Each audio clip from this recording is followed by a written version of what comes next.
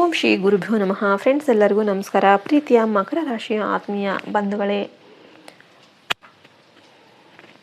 June 13, 14 ಮತ್ತು 15ನೇ ದಿನಾಂಕಗಳು ನಿಮ್ಮ ಜೀವನದಲ್ಲಿ ಅತ್ಯಂತ ಮಹತ್ವದ ದಿನಗಳಾಗಿ ಪರಿಗಣಿಸಬಹುದು.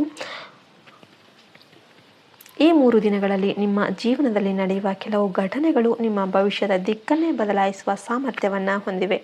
ನೀವು ಬಹಳ ದಿನಗಳಿಂದ ಎದುರಿಸುತ್ತಿದ್ದ ಸಮಸ್ಯೆಗಳಿಗೆ ಪರಿಹಾರ ಸಿಗುವ ಸಮಯ ಬಂದಿದೆ. ಆದ್ದರಿಂದ ಈ ವಿಡಿಯೋವನ್ನು ಕೊನೆಯವರೆಗೂ ತಪ್ಪದೆ ನೋಡಿ. ಈ ವಿಡಿಯೋ ಮೇಲೆ ಜೈ ಶ್ರೀ ಶನಿದೇವ ಅಂತ ಕಮೆಂಟ್ ಮಾಡೋದನ್ನು ಮರಿಬೇಡಿ.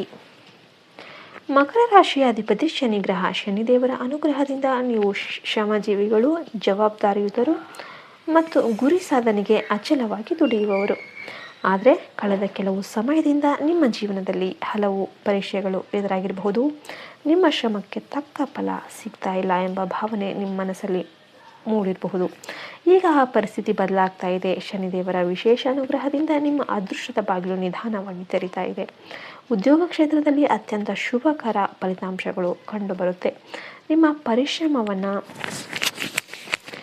ಗಮನಿಸಿದವರು ಈಗ ನಿಮ್ಮ ಸಾಮರ್ಥ್ಯವನ್ನು ಒಪ್ಪಿಕೊಳ್ಳುವ ಸಮಯ ಬಂದಿದೆ. ಕಚೇರಿಯಲ್ಲಿ ಗೌರವ ಹೆಚ್ಚಾಗಬಹುದು. ಹಿರಿಯ ಅಧಿಕಾರಿಗಳೊಂದಿಗೆ ಪ್ರಶಂಸೆ ಮತ್ತು ಬೆಂಬಲ ದೊರೆಯಬಹುದು. ಕೆಲವರಿಗೆ ಪ್ರಮೋಷನ್, ಸಂಬಳ ಹೆಚ್ಚಳ ಅಥವಾ ಹೊಸ ಜವಾಬ್ದಾರಿಗಳು ಸಿಗುವ ಸಾಧ್ಯತೆ ಇರುತ್ತೆ.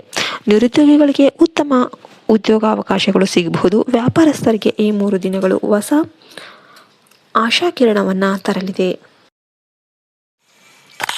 ನಿಂತು ಹೋಗಿದ್ದ ವ್ಯವಹಾರಗಳು ಮತ್ತೆ ಚೇತರಿಸಿಕೊಳ್ಳುತ್ತೆ. ಹೊಸ ಗ್ರಾಹಕರು ಮತ್ತು ಹೊಸ ಒಪ್ಪಂದಗಳು ನಿಮ್ಮ ಆದಾಯವನ್ನು ಹೆಚ್ಚಿಸುತ್ತೆ. ನೀವು ಹೂಡಿಕೆ ಮಾಡಿದ ಹಣದಿಂದ ಲಾಭ ಸಿಗುವ ಸಾಧ್ಯತೆ ಇದೆ. ವ್ಯಾಪಾರದಲ್ಲಿ ನಿಮ್ಮ ನಿರ್ಧಾರಗಳು ಯಶಸ್ಸಿನ ದಿಕ್ಕಿನಲ್ಲಿ ಸಾಗಲಿವೆ. ಹಣಕಾಸಿನ ವಿಚಾರದಲ್ಲಿ ಮಹತ್ವದ ಬದಲಾವಣೆಗಳು ಕಾಣಿಸಿಕೊಳ್ಳುತ್ತೆ. ಬಹಳ ದಿನಗಳಿಂದ ಸಿಗಬೇಕಾಗಿದ್ದ ಹಣ ನಿಮ್ಮ ಕೈ ಸೇರುವ ಸಾಧ್ಯತೆ ಇದೆ. ಹಳೆಯ ಸಾಲಗಳನ್ನು ತೀರಿಸೋದಕ್ಕೆ ಅವಕಾಶ ದೊರೆಯಬಹುದು. ಕೆಲವರಿಗೆ ಅನಿರೀಕ್ಷಿತ ಹಣದ ಲಾಭ ಕೂಡ ಆಗಬಹುದು. ಆರ್ಥಿಕವಾಗಿ ನೀವು ಹೆಚ್ಚು ಬಲಿಷ್ಠರಾಗುವ ಸಮಯ ಆರಂಭ ಆಗ್ತಾ ಇದೆ. ಕುಟುಂಬ ಜೀವನದಲ್ಲಿ ಸಂತೋಷ ಮತ್ತು ನೆಮ್ಮದಿ ಸಿಗುತ್ತೆ. ಮನೆಯಲ್ಲಿದ್ದ ಭಿನ್ನಾಭಿಪ್ರಾಯಗಳು ಕಡಿಮೆ ಆಗಬಹುದು. ಕುಟುಂಬ ಸದಸ್ಯರ ಬೆಂಬಲ ಹೆಚ್ಚಾಗುತ್ತೆ. ಕೆಲವು ಶುಭ ಕಾರ್ಯಗಳ ಬಗ್ಗೆ ಚರ್ಚೆಗಳು ನಡೀಬಹುದು. ಮದುವೆ ಯೋಚನೆ ಮಾಡ್ತಾ ಇರೋರಿಗೆ ಒಳ್ಳೆಯ ಸಂಬಂಧ ಇರುವ ಸಾಧ್ಯತೆ ಇದೆ. ದಾಂಪತ್ಯ ಜೀವನದಲ್ಲಿ ಪ್ರೀತಿ ಮತ್ತು ವಿಶ್ವಾಸ ಹೆಚ್ಚಾಗುತ್ತೆ. ಮಕರ ರಾಶಿಯವರಿಗೆ ಈ ಸಮಯದಲ್ಲಿ ಒಂದು ವಿಶೇಷ ವ್ಯಕ್ತಿಯ ಸಹಾಯ ದೊರೆಯುವ ಸಾಧ್ಯತೆ ಇದೆ.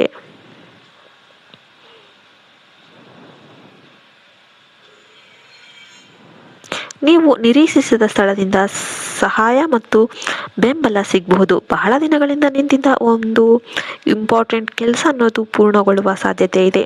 ಇದು ನಿಮ್ಮ ಆತ್ಮವಿಶ್ವಾಸವನ್ನು ಮತ್ತಷ್ಟು ಹೆಚ್ಚಿಸುತ್ತೆ.